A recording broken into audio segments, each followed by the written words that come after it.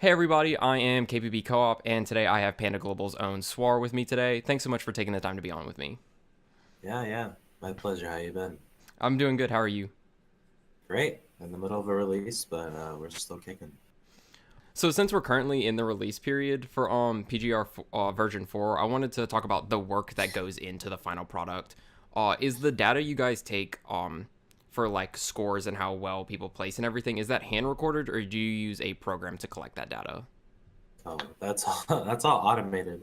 I think we went through probably 10,000 pieces of information that was extraneous down to the last 1,000 bits. Things like set counts and stuff, because as you've probably been seeing in the releases, everybody that is featured has their wins recorded against everybody at the tournaments they went to, as well as their losses. Mm. So there's a great bit of that that's not included, like pools, uh, anything that was just way out there. If it was like a 2,000, 1,000 person tournament that just didn't make the cut, we tended to feature top 32, but everything out of that has been automated and imported, exported by our database, which was made by Giant. He's one of the most recent Panda Global stats members, joining at the end of last year. No, not last year. Oh my gosh, 2018. He joined quite a while now. And PracticalTAS, who makes the algorithm for our rankings, has also been with us for 2 seasons now. But everything is automated. We have not hand recorded since the first season, which was probably our roughest, like almost 2 years ago. Yeah, I'd assume that'd be so much to go through, but I wanted It to ask to be is. sure. What would you say is the hardest part when it comes to producing a new version of the PGR video production, dealing with the stats collection and compiling it all, telling people you can't reveal the list to them even though they really want to know, etc.? um, Hilariously enough, the rankings are the easiest part. They've been done since, how long has it been? They've been done since December, early December. Yeah, they were done like 2 or 3 nights after the two GGC finals. Wow. Since that's just because we've been collecting data all season. Mm-hmm. We also had to have data updated for my little segment at the two GGC finals, so we had everything up there. We're just adding what happened there, as well as bringing in everybody else. So the rankings aren't difficult because it's just like, an Excel sheet that multiple that calculates everything Mm-hmm. through the algorithm. But everything coming into video productions always been our biggest hurdle. Basically, we have to take what we've done and condense it into a format that editors can understand, whether or not they're graphics or video production. This time we just have video production. Um, but we have to like take their like, I mean, if you've seen just in the player cards themselves, you have their name, their region, their tag, like their real names featured. Mm-hmm. You have their main, their secondary, their tertiary. You have their win rate against the current top 50, as well as the win percent.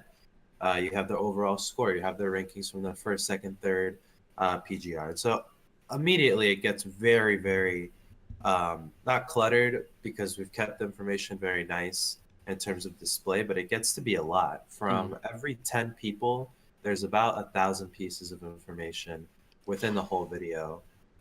That's very easy to like. It just adds up, because you think about all their placements. Mm-hmm. So immediately you have that. Then you have who they beat and who they lost to. So that's information. Then the character, nationality, and name of the person they beat or lost to for every single one. So immediately it adds up. And we looked at it, and within every sheet, there's at least 10, like 1,000 pieces of information. Their Twitter, their social media, like all that's displayed.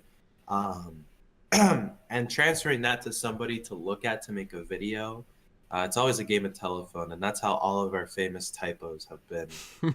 Pretty much, that's how they begun. I mean, I think most notably in season 2, we had Sonic Death. We had the end result of the whatever it was. I think he was 31 through 40. Mm-hmm. It just shows everybody, and then for whatever reason, nobody caught it.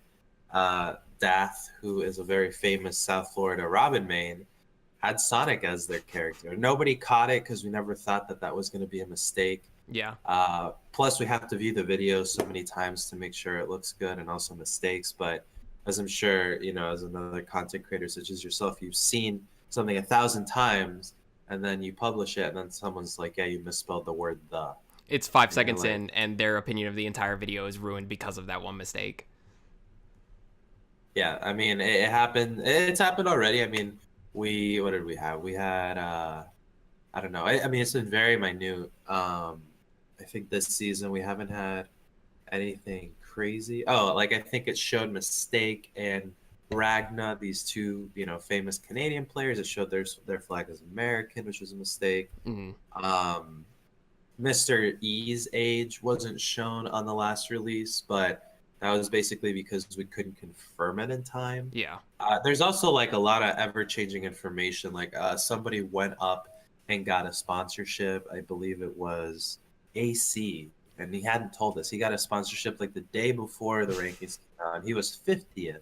So of course you're just like, you have to rerun everything just for that one person. Yeah. So the hardest thing every season, bar none, has been the production of the videos. We'll get into it later as to like how that's changed because there's no articles or this or that. But video production, people take extremely for granted. I'll just say flatly. Yeah. I have as well. Obviously there's like templates and a lot of automation that you can use and macros, but having something be engaging and like interesting and also just as flashy as it looks while also being clear and conveying the right message all has this like formula to it that escapes a lot of people even in the professional world. Yeah. So that's been the hardest part, and obviously that's where all the memes come from, and it really bites, but I've learned to like really embrace it when there is a typo and people just run with it because it adds to the video itself. Yeah. It adds to the impression. It's really funny. People also meme certain things on it that aren't even incorrect. Like maybe the picture's funny and then like the picture's taken and put somewhere. I mean, there's been all sorts of things. It's really funny. So that leads into my next question. You touched on it a little bit, but what are the different approaches you guys have had to use when creating the list, and the final video product, to make it successful and widely seen? Because we see nowadays that, videos and specifically written articles, especially in FGC and Smash, have a hard time being successful. Yeah, I guess it determines what you define as success. Being frank, like the releases themselves, everything is more so done as a proof of concept repeatedly for sponsors and other groups to like sort of understand how this can happen, not only in Smash but also for their games. We did do like a really mini PGR for Mortal Kombat X that was a top 15 a couple summers ago. You might or might have not heard about it because it was that small. The thing about Smash, however, is that unlike the FGC, especially with the SRK forums going down, I don't know if you heard about that, but they went down yesterday or the day before. Basically, they're Smash boards, but forums as a whole we know are on a decline. That's another story. But FGC is very fragmented. They are not all on Reddit. They're not on Test Your Might, which is another sort of SRK forum. They're not on SRK all the time. They're not on, anything else you might find Smashers on. Like sometimes, like Facebook is okay, but that's a little hard to get to because not everybody has. I mean, Facebook's kind of weird and nebulous. There are Facebook groups and stuff, but Smash hangs around on Twitter a lot and Reddit a lot, and so you got two groups that you can instantly gain feedback or exposure or impressions from that FGC does not have. And I think one of the reasons that we have, some of the most widely seen and widely shared content, specifically did start with the platform. I think, Panda Global taking the risk on endorsing the rankings and giving us a platform. Obviously, some might say, oh, conflict of interest, blah, blah, blah. But like everybody in esports does everything. Yeah. Because, there's not a lot of, there's not a lot of talent around, to be quite honest. I mean, even on the rules committee that we have and whatnot, I know that like Vaseth was like a big proponent of that, and Salem is also a really good top player, and they're both MVG. So one could argue, oh well, the rules benefit Salem, Yeah. Bayonetta, whatever. But for us, we've always like at least like put ourselves, like my biggest thing is like putting ourselves out there for people, because a lot of times stats, or not, I want to say higher order powers sort of stuff that Mm-hmm. people sort of dismiss as either being manipulative behind the scenes or something. We always put ourselves out there. So here's the data, here's what we did, here's what we factored. We also take in feedback all the time. I always tell people, like, if you do dislike it, like, tell me. That's better. That's just as good as people telling me they like it, Yeah. because they get to like fix it. If you look at the videos from the beginning to now, they're like it's like not even night and day. It's like just two different things entirely. Yeah. um, and then also having the support of like certain community figures. In the beginning, we had ESAM voice it, which did cause a little bit of confusion because people thought it was ESAM's list, and Yeah. then they thought it was opinion based because he was giving his bias and everything. But that was also kind of the point for the real.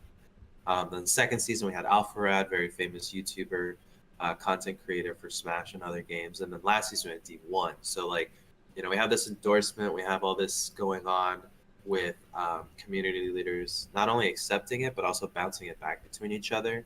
And then the other thing, too, is that it's like salient to every conversation in Smash, both in and out of tournament. Mm-hmm. When people get signed, everybody always says PGR win, PGR set count, PGR player, PGR tournament. And so we've really just given a lot of vocabulary and changed the language for people to like absentmindedly just talk about it. I mean, people have it as their goal now to like make the PGR. People Yeah. have like, tweets about like beating a PGR player, even sometimes at a local. Mm-hmm. And so that's really helped a lot too, because whereas some people try to create videos or do coverage, it doesn't really stick because it's not inherently important for the scene. Yeah.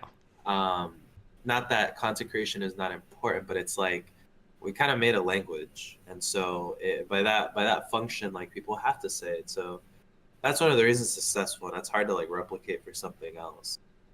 So it really is more of a phenomenon than it is like a recipe, I'd say. Okay. Cool.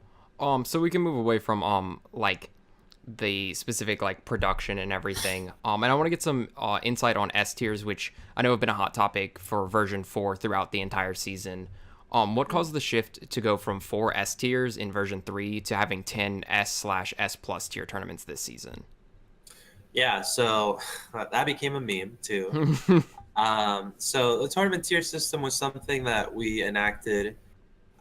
We kind of always had it, but it was very loose. And then we were like, okay, let's just like make it so like, because before like Apex 2015, I'm like, that's a major, and like people like switched major with nationals, and nationals premieres, and premieres with majors, and then people would say like regionals, and then like super regionals, and then like mega regionals. Now you have all this like different vocabulary. People would say monthlies when they meant nationals, national. So it got really confusing. Eventually, we started calling them tier 1, tier 2, tier 3, tier 4.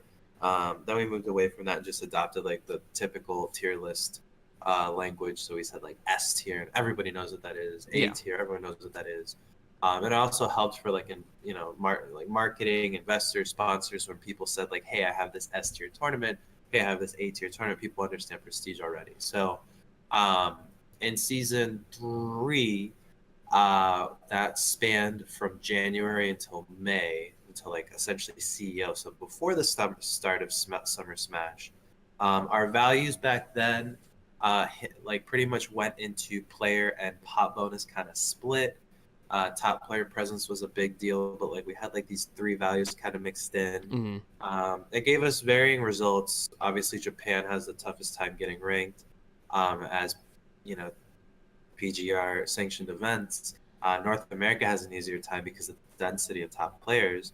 But then for PGR V4, we did away with entrant, like with pop bonuses and stuff, and we separated it. So it was either what's your top player density like, or what's your raw entrant plus pop bonus count. We took the highest of the 2 scores, Yeah. because sometimes you'd have like for whatever reason, you'd have like a 300 person no PGR, but pot bonus tournament, and maybe like Wadi would win that because he was the only one in the region, so we wanted to give that credit. Yeah. But then other times you had like you had like your 7 PGR players like come in and like duke it out, and it was like 200 people, but we still those are the tournaments that mattered. And through all our testing, we saw that top player density determines the most accurate results for rank making, not if there's 1,000 people or 2,000 randoms, because in any given tournament, a PGR player will play like 6 to 7 sets at an S tier, and only 3 to 4 will actually matter for their ranking. Mm-hmm. And that's the big deal. Like,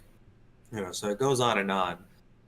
But the biggest reason is that we did have the Summer of Smash. We had sagas fueling this very feverish, not obsessive, but like this very like repeated high attendance from these really talented players. We pretty much figured in the beginning for the TTS for this season, or the like V4 season, we tiered all the PGR players like, okay, 1 through 10 is worth this many, 6 through, or we said 1 through 5 is worth this many, 6 through 10 is worth that many, 11 through 15 is worth that many, and so on and so forth. Because obviously, if 0 is at your event and you won with 0 present at your event, that meant a lot more than if you won, without 0 at your event. Yeah, if you had AC as your highest PGR ranked player. Exactly. So, that obviously made a difference. And so we figured, okay, like if you're going to get 0, MKLeo, Larry Lur, all those top 5, top 10 players under one roof, it's got to be for a good reason, because they also do not go, locally. They do not go, to anything small. They only go to the tournaments that matter. So we figured, okay, like if these top 5 players or top 10 players are going to be under one roof, it's going to be a big deal. And lo and behold, there were like there's a saturation of events that involved all of them all the time. And so, it kind of hurt. I mean, they were like, for all intents and purposes, S-tier tournaments, but in other people's minds, S-tier tournaments are those like once every 3 months, 2,000 people, 40,000 Twitch viewers type tournaments. When in reality, a lot of these S-tiers were like, maybe 300, 400 people, maybe even less sometimes, and maybe like 7 to 11,000 viewers on Twitch, and they were back to back. I mean, at one point we had, I think, Super Smash Con into Shine, and that was all preceded by SCR Saga. I don't know. We also had GTX into Big House. So, obviously, like, everybody's saying, oh, S tier this, S tier that, but it was also the Summer of Smash. And so that really fueled everybody's availability and thirst to compete. Everybody was always competing because there was no school, there was no work. Well, I mean, there was, but whatever. For a lot of these professional smashers, like, this is their job. So they just like competed all the time. And there were tournaments that were offering. So if it wasn't the Sagas, it was our Classic Legacy event. If it wasn't the Classic Legacy event, it was a new time event, like, the Shine, which is the most recent, like, kind of new major, or it was like the Smash Cons, or it was, the GTX coming up and being like, here's a big spectacle. So, was it bad? I don't think so, because it gave a lot of great data, it gave a lot of great sets. But I think it kind of like watered down the whole S tier for people. And now all we have on our radar is Genesis and Frostbite for the next 3 months or so, which before it would be 2 majors like every 3 weeks at least. Now it's like, kind of different. And that's because we're in a beginning of the school year, beginning of the calendar year. It's just not as easy to have the events now as it was when you have stuff like Evo and then DreamHack back to back. Oh, we had the DreamHacks. We had like 4 of them sprinkled out, throughout the year, 2 of them. Yeah, so it was different. I don't think it upset people, more so that it just like miffed people, or just like shock and awe is not shock and awe when it's all the time. So I think that really kind of, and then we invented like S plus tier, because like, people were mouthing off on Twitter that like, oh, this isn't an S tier if it's like, because DreamHack for a lot of people, it is a convention, and Smash is not like, Smash isn't exactly a spectacle at DreamHack. It's like kind of a side event, like with other things going on. I don't know that any of the DreamHacks had it on the main stage, but I'm pretty sure for a lot of people it's just blocked out with some setups, and it's pretty like, it's okay. Like, it's not anything crazy. And so people were like, this isn't an S tier. And so we invented S plus tier for like, things like Civil War and Evo, where it's like, if you win that, you're basically holding that W for a year. Yeah. And that helped alleviate a little bit, but then it turns into like you're trying to please people's biases, and it doesn't really, eventually you're just like running in a circle. Yeah. Like S plus tier, S tier, like the difference to people outside the scene means nothing, and so it just kind of like you get lost on that. So Yeah. that's what happened. Okay, cool. Next up, I want to talk a little bit about earning like your rankings and how exactly that goes down. And this question is, so you have two players who have a win on Captain Zach, but someone gets their win at the start of season 4 and someone gets it at the end. Obviously, Captain Zach's ranking is probably around 10 spots different than what it was for version 3 compared to version 4. Does that affect how impactful the win is at the end of the season? Very good question. We actually have, well, we have some top players that are sort of upset, or not upset, because they understand. Because basically what happens is, in Smash, there are people who come out of nowhere, and there are people that, kind of fall pretty hard. Reasons being manifold, whether they have to go back to work, to school, their character just is not working out for the meta right now. Most notably, Renai and Villager. Like, he didn't make it this season, and he even came to the States a couple times for Evo and I think one of the sagas, and he didn't do too hot. Villager, of course, just gets spam DLC at the moment, well as just being a character in general that has not a tough time, but like it's not exactly a character that like scares people. Yeah. But of course, he was PGR this season before, and he fell off. And then you have people like Mistaken Lima who were not PGR last season, and now they're like, arguably like top 25. Well, not arguably, like Lima made 23rd or 24th, I believe, and the Mistake has not been announced, so he's by process of elimination top 20. And so people have been saying like, you beat Ally at Genesis, and or sorry, what was the first term of the year? Like, I don't know, somebody like you beat Ally at the beginning of last season, right? And so Ally was just crowned top 6 or top. He was 5, I believe. Yeah, so he's top 10, obviously. And then now, like he's fallen off a great deal. People have noted it. He's noted it. Mario's had a tough time. He's also had, like personal, not health problems, but he had like LASIK surgery, so he's recovering. He's not competing, and so his stock is greatly plummeted a bit. Plummeted in the sense of like top players like him, if they're not in the top 5 conversation, top 10, then they're not at their goal at all. Yeah. Sort of how like players beat themselves up if they're not, top 20. It's like, whoa, you're still 21st, like Esam said, but he wanted to be top 15, and so for them, like that's failure. To us, it's like, well, you're still like amazing. But digressing, beating Ally in the beginning versus beating Ally now, you would need a consistently updated ranking system like weekly to sort of validate that, because of course if you beat Ally then, that everybody hears you got a top 10 win, it might be featured in an article, this and that. How do you validate that when at the end of the season he's not widely regarded as a top 10 win?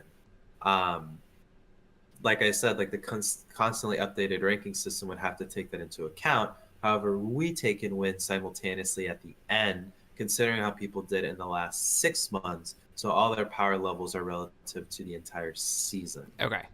Because if we did it so that, because the problem starts to turn into, well, if you're going to validate Ally so highly, then you're also going to have to not validate Liam and Mistake highly, who were not ranked at all last season. But if you tell anybody now that a mistake, a win on Mistake or Lima doesn't matter, then they'll just look at you like you have 3 heads. So at the end, like, of course, like if you take the whole season into account and everybody's measured simultaneously, then like you work out all those kinks, and it does sort of create this cognitive dissonance where like, whoa, but like Ally was a top 10 win back then, and now like maybe he's not. But then it's like, well, what you're asking for is kind of like a different ranking system. Yeah. Like tennis updates after every Grand championship, Slam. but then they do after every major, they update all the rankings, and so that's every couple months. So if there's a situation, and then we also need more data to justify that, because there's just not a lot of data right now to like do like in a 6 months, like a halfway ranking, Mm-hmm. because then, that kind of messes with like what we're trying to do, because being able to like give everybody like this newly minted like passport, so to speak, of like your top 50 for 6 months, Yeah. like that's important, because people, I don't know if it's like your next question about live rankings, but people are like, well, why don't you do live rankings so that they update after every event? Well, Smash itself doesn't lend itself to doing that very well, because it's also an inconsistent game. Mm-hmm. There's always surprises. And so if 20 to 30 different people can lay claim to top 10 in one season, then top 10 loses its exclusivity. Yeah. Teams don't have a really clear understanding. Um, it's like the stock market. If you just take it like day by day, like there's different conclusions you can draw, as opposed to 6 months, Mm-hmm. as opposed to 6 years, as opposed to 60 years. So, um, measuring it at the end, everybody simultaneously currently is the best thing we do, or the best thing we found to do. And then also, the way we were able to at least like display in the presentation this season on the videos was showing their PGR V4 season history by showing their PGR V3 wins Mm-hmm. and their ranking. So you saw when people beat Allied, showed up as fifth. When they beat, um, whoever else showed up as like top 10 or top 20, even if they don't play anymore, even if they don't whatever, because we are recognizing Yeah. that. We want people to recognize that. But for a numbers game, like it doesn't really matter what happened 6 months ago, because it's already wrong. Yeah. Like, because again, and Cosmos is another great example. Like he definitely like he like surged up and then stayed there too, because the other thing is like every now and then you get people that do surge but then like fall down, and then Mm-hmm. what do you make of that? But if you take the whole span of time, then you get a pretty clear picture that, okay, well, you take the bad with the good and then you have a better sense. But if you just took their one peak, then of course, Yeah. wins like Lima and Cosmos a mistake, and anybody else that wasn't on the PGR that is now, assessing it all at the end pretty much accounts for most of that. Yeah. Okay, cool. And so my last question about PGR is how much would my bribe have to be to get like 42nd on version 5? 42nd on version 5? Yeah. Just Like, a you rough mean like estimate. for you to get on it, or for you to find out who it is? For me to get on it, how much would my bribe have to be? That's funny. No, we don't do bribes. Hilariously enough, and this is I mean, people can choose to believe it or not, but we keep it pretty private. Leaks and extortion or corroboration or all of that. We're not at the point yet where like whether or not you're ranked or not. Well, okay, we are. Or whether or not you're ranked or not gets you places. Mm-hmm. Whether it's tournaments want you, teams want you, publications want you. I mean, it does change. It does change a little bit of your timeline. Less so for 31 through 50, but Yeah. top 20 for sure. They get things happening to them all the time. PAX wants you. Like things like ESA, like 2GG Saga events want you, Mm-hmm. and so it definitely does change a lot. But we're not at a point where like if you make top 10 or not, like that's like $1 million deals. Yeah. So there's no bribe or anything. And we're pretty honest. Like E7 and MVD obviously have been on it 4 times. Obviously they're Panda, we're Panda, but they have nothing to do with the ranking methodology. If anything, we consult them as well as other top players. In the past, we've talked to Zero, Naira, Mr. R, Allied, Buzz, a slew of them to sort of understand what's most fair to them. Mm-hmm. From their feedback, we've been able to develop, okay, well, if you have X amount of tournaments after like, the fourth or the fifth one, things start to sort of, taper out, because we wanted everybody to, since we don't have an established league, since we don't have like everybody going to the same events all the time, Mm-hmm. if somebody has like 20 events and someone has 5 events, at one point there has to be a lot of diminishing returns, or else it just turns into an attendance record. But ESAM gets the videos ahead of time, or gets the data ahead of time, because he makes videos for his content creation to come out, Mm-hmm. pretty much like right when the releases come out, because timing is everything. Yeah. And MVD never gets access to them until the day he finds out, essentially.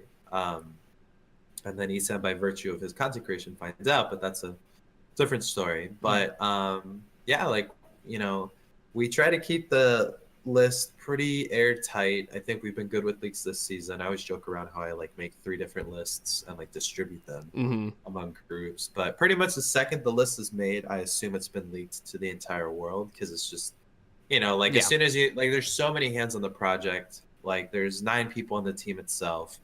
That means 9 boyfriends, 9 girlfriends, 9 friends, nine close friends. Like anytime anyone tells you, "Hey, don't tell anybody," you at least think of one person you're gonna tell. Yeah. Like being honest. Mm-hmm. So that person knows, and then this person knows, and then all that. And then also we opened up this season to like, hey, if you are in talks with the team and you have documentation, like let me know, and we can talk so you can get your ranking early. And so we did that for I mean, I guess it's happened already, but we've done that for Dyer. We did that for who else? We did that for a bunch of other people. Waddy asked, Larry Mm-hmm. Lur asked, Void, even the top players too, because they're re-signing. So there's always people trying to like find out, and then there's always like speculation, and then all this. So it's funny, but we keep it pretty airtight. What led you to want to do like a cold analytical ranking system instead of like a ballot akin to the Melee on Me Top 100? Like I know you guys have the X Factor, but that's not the official ranking. Yeah. Um, yeah, that's a great question. Only because it's funny because there's a lot of melee interest in a PGR system. A lot of people feel that the melee it on me method is, I mean, it is literally biased, Yeah. but it's also what Tafo feels is the most appropriate because he's tried ELO, he's tried all these other things, and it's true. ELO, tennis style, true skill, Glicko, they all fall apart after top 20. Mm-hmm. Our method, it takes after it's called Ergovican, but it basically it's like a series of major seeds, and it takes all these simultaneous like placements and set counts and who you outplace and all that. And that's only really possible because we have like the database and so much access with Smash GG Mm-hmm. in terms of like data. I don't like Tafo has Tafo stats, but I don't know like you need a lot of people to like really get that going. I just don't think he has the time, but also the system they have kind of just works for them. Yeah. They also have like a decade pool of like experts and people who like follow. I mean, even Fendi, one of their popular commentators, is like posting his ballot like as their rankings come out so people can hold them accountable. So it is a popularity contest, but people also are very, they take it very seriously. Mm-hmm. But what led me to having ours be based on just statistics is the fact that our scene is not only very new, but our game is very new. Our results are changing all the time. You have people saying if you don't go to 2 tournaments, you're immediately like You're not washed. relative. You're washed. You're not relative. Then you come back and you win, and then people are like, oh yeah, people upset like through like our testing, through our even our releases. This one specifically, I watched even Mr. R stream his reaction, Mm-hmm. and when tournaments happen and they see the wins and losses, they'll be like, oh my gosh, they beat who? And oh my gosh, they lost to what? Like he thought that Fallen beat Zero this season, and it's like no, that was last season. And people obsess over peaks, people obsess over Mm-hmm. upsets. So you take that into account, plus how young our scene is, both not only in demographic but also in the fact that we've only been here for 3 years. The amount of bias that would like kind of be seeping from doing some sort of system with ballots for us is just it's just not going to work out. Okay. And we've seen it all the time with the X Factor varying wildly for some people. Mm-hmm. This is the first time we've ever done X Factor after all the tournaments are done. Last season, I don't want to say made the mistake, but we did the only thing we could have to Yeah. get everything out of time because we need at least 2 weeks to like give out these surveys, get people to take it, and then bring it back. Myron, for example, was on the X Factor, and he had last season on X Factor like negative like 20 or 30. And that's because at the time the X Factor was given, Narasaga and CEO hadn't happened, and Yeah. that's precisely where he decided to like pop off. So of course there's like people before that thought, oh Myron whatever, it's Florida Olimar whatever, and then he like did all this crazy stuff. Yeah. Um, but like yeah, in X Factor people always tend to rate Japanese much higher than they're perceived to be.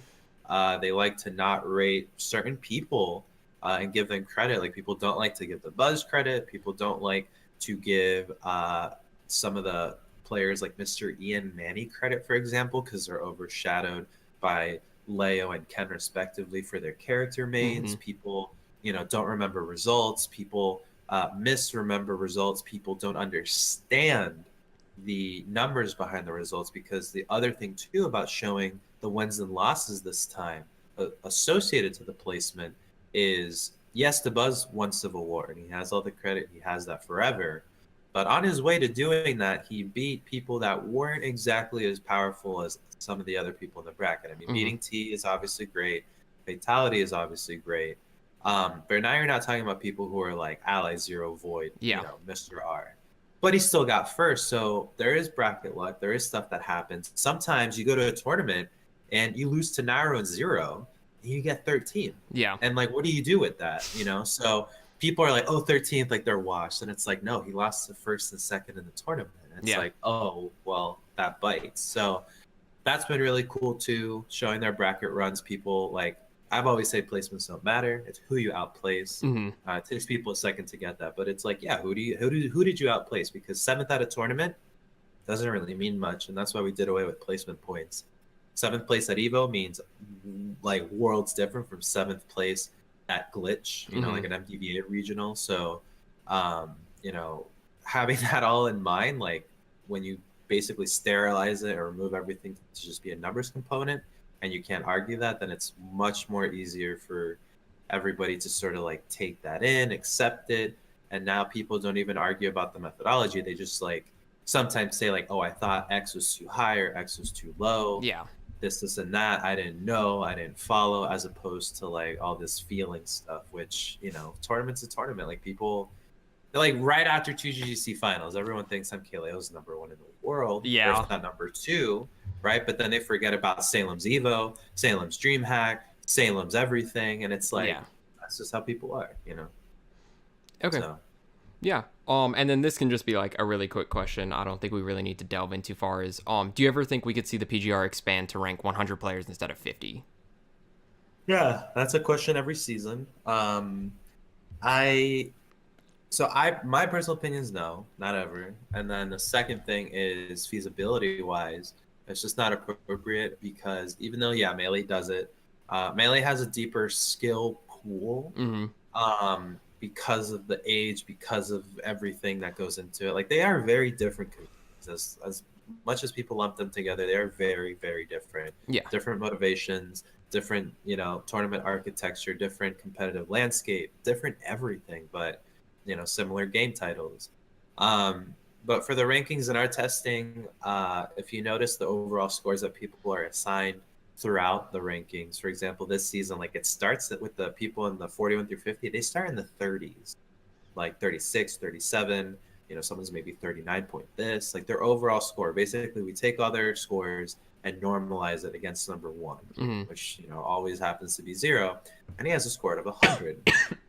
And so the second person has like a score of like 96, 97. You see like a gap, right? The next person might have a score of like 95. So you see that gap too. Sometimes gaps are like 0.1, like someone has 92.3 and someone else has 92.2. But what happens is as you go lower, it compresses so much that the whole reason we even do Area 51 is because 51 through 55, there's almost like no statistical difference. Yeah. That telling someone that they're 51 over 52 is just like very semantics at that point, and whatever value you're giving the most like sort of priority to, whether it's like place, like who they outplace or what their wins are or whose value does what, it changes wildly. The top 25 usually stays pretty compact, but after that everything can like just shift like really hard. And especially when the farther you go, like it's kind of like a sniper. Like they move like probably like 2 inches to the left and out towards the edge, that's like miles. Yeah. Up close it's like, like a couple feet, but the farther you get, it goes all over the place. In our tests earlier before for 2017, there was about 5,000 or so like actively concurrent, kind of like after taking out the tournaments and taking unique entrants, not just adding up the totals. There's about like 5,000 or so competitive players. These are the players in the PGR events that would travel, that would pile up in a hotel room, that would take the weekend off, that would go to SoCal, that would go to, Utah, that would go to the Mm-hmm. Midwest. So there was about 5,000 people, and the top 50 represents about, the top 1%. So it also keeps it pretty like exclusive. Mm-hmm. Expanding past that kind of like, I don't know, it kind of like tears away at like the whole exclusivity factor. And then also like, it's so much work. Like it's Yeah. so much work.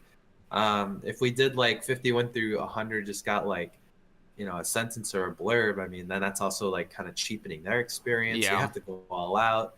And we're not going to make videos for them and all this other stuff. And Yeah. it's not appropriate for our scene yet. I mean, it's not appropriate. It's not feasible. And it's also kind of like, it's just not something we should be focusing on. Okay. Cool. And my last question before we wrap up. How do you feel about the people on Reddit who make the too long didn't watch comments that make it so people almost have no reason to watch videos? We've seen Esam get into debates about it diminishing the work he puts in, and I can even speak to the same thing that'll happen on my content posted, and it can yield wildly different numbers. Oh yeah. That's a whole different animal itself. Like digital media today is in a very strange place. We've seen closures of many, many sites of Mm. all sorts, esports or not. But when it comes to content, production, we live in a weird time where everybody wants everything immediately. People want digestible, easy to understand, immediate information. We've seen a lot of news publications now adopt more of the like Al Jazeera style sort of like post where like there's like an ongoing video and like maybe 5 to 10 words at a time being flashed across like the conflict in Israel, and then like it shows something, and then 2,000 displays, and it shows people walking and whatever, and it kind of like just and you consume it in 2 minutes, and like now you know the story. But if there was like an article, no one's clicking that. Yeah. Like it just doesn't happen. There are people who read, yes, but not as much as before. Or actually, no, people read now more than ever, but they do not read for long. Yeah. And so it's very hard. And so, of course, you put this 10-minute video out, this 15-minute video out, a video that might require all your faculties. You can't close it out. You can't just put it in your pocket. And so people are like, hey, give me the TLDR. They give you that, and then now you know the list. Now you're talking about that, and then now people haven't clicked what you wrote. So because of Reddit TLDRs, even Twitter, people take screenshots of like the last second where it shows the top 10, and they're like, "Hey, congrats, Elegant," or whoever. And now people are talking about that. Now there's like 200 retweets and 500 likes on something that isn't the video, and now people don't watch the video, and it's very nebulous to sort of source impressions. I mean, like I've seen the PGR, like the PG Stats account tweet the video. The video has like 200 retweets, 300 likes, but then I see like Charlie the King say, "Oh my gosh, I'm 35th in the world. I can't believe it." 1,000 likes. Yeah. And so it's kind of like, I mean, that's for him to have Yeah. whatever, but there's obviously a bigger audience than just what's being hit by the video. But in the past, I mean, we wrote articles, we did narration,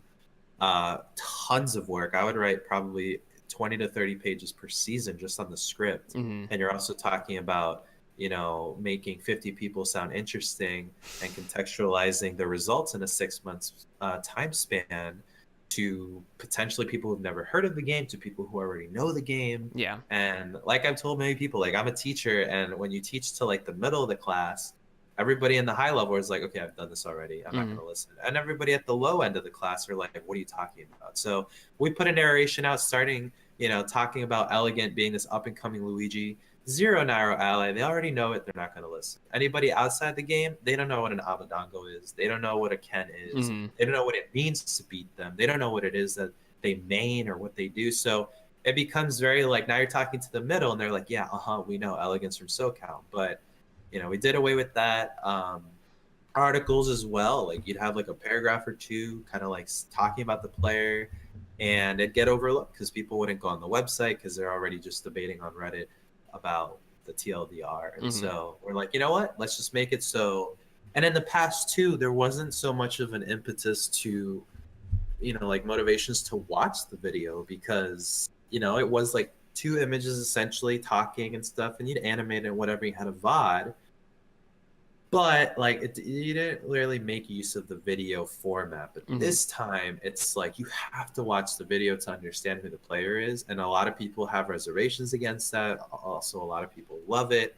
But now it's like, if you want to get the full scoop, like you gotta watch it. So we kind of like adapted with the times. We also took away narration, because if you can even imagine, even if we had like Morgan Freeman or whoever, like even if we had Sakurai like narrate it in the most perfect of syntax and diction and everything, so it fit in those 45 seconds, you have audio and visual cues all going off at once. Yeah, it'd be too overwhelming. So this at least lends itself for good reaction videos, good commentary. Like I could imagine maybe, I don't know, maybe like a couple days or a week from now, some people recording themselves talking over it and talking about what they thought. We see Keitaro and Mr. R, and I even had Mr. R on yesterday to do reactions with me, and you can like talk about it, because before people would play it and talk over the narration when they were streaming it, and then it's like, wow, well, that went to waste. So yeah.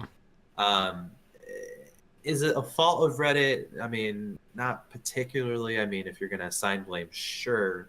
But, some people even take, in other esports or in other communities, they take entire articles and put it on Reddit. Like they just copy paste the article. So you don't even click the site. And, is that unethical? Is that illegal? Well, people want their content now. And that's just another thing they want to click, and they don't want to click. People want their content free.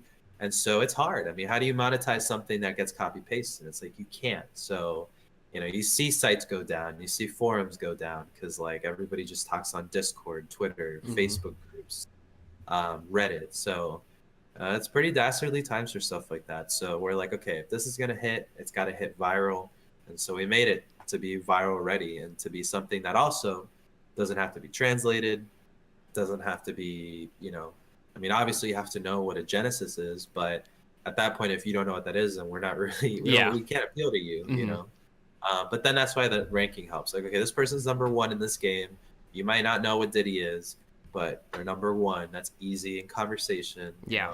Like if you want to tell your friends I'm 25th in the world, then they're like, okay, that's cool, and that's all. So it's a huge like multicultural, multi-dimensional thing that you have to grapple with, because with the internet being the way it is, with the ability to screenshot, the ability to make GIFs and all that, you always have to be thinking about how it can be shared if you're not sharing it. Yeah. By that, it also has to be clear, and it has to be something that can't be misunderstood, or misconstrued. So we try our best with all that. And I think we've had some like good success so far. Yeah, this is definitely, I think, probably the most successful PGR that I've seen, like from a spectator/player. And I suggest anyone who hasn't watched them, you definitely need to. There's something I think special about these, that like it almost gets a feel of like playing Smash as a kid, like getting the unlocks when it makes the noise every time and shows the wins. Yeah, it definitely had a very unique feel to it.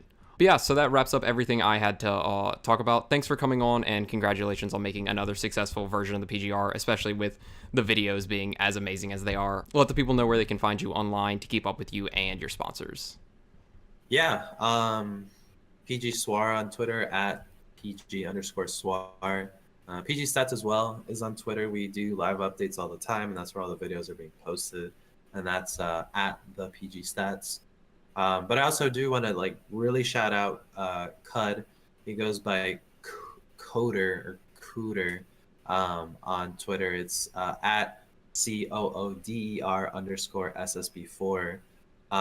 And like I said, their editing has been ridiculous. It's been off the charts. But yeah, Panda Global has been really supportive as well.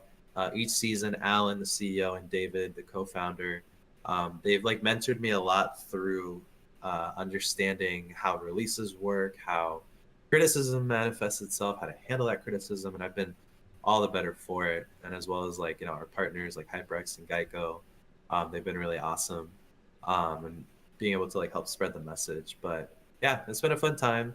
Somehow we get better every season. Everybody always says like the current season is the best one, but then like I'd say like not even like tooting my own horn, but like literally like each season the progression from like I thought last release was like we couldn't top that. And we were Mm-hmm. almost going to just we almost like recycled last season into this season because like I was like, well, it was really good, but then somehow we went above and beyond that. So now the problem is finding out how we can top this season. I think we might have found a standard. I don't know, but obviously there's ways to improve all the time. But I think this is a pretty cool standard to stay at. It also lends itself to potentially being used for more intermittent updates in case we need to do some like tournament recaps or something. So I don't know. We'll Mm-hmm. see. But everybody that's been on the team, PracticalTAS, Giant, Dom, Zan, Juddy, Poppy, Spike, Mayday, like everyone's been like a tremendous um, hands on deck sort of help. So I never do it alone. It's not me, it's a team. So I thank all of them.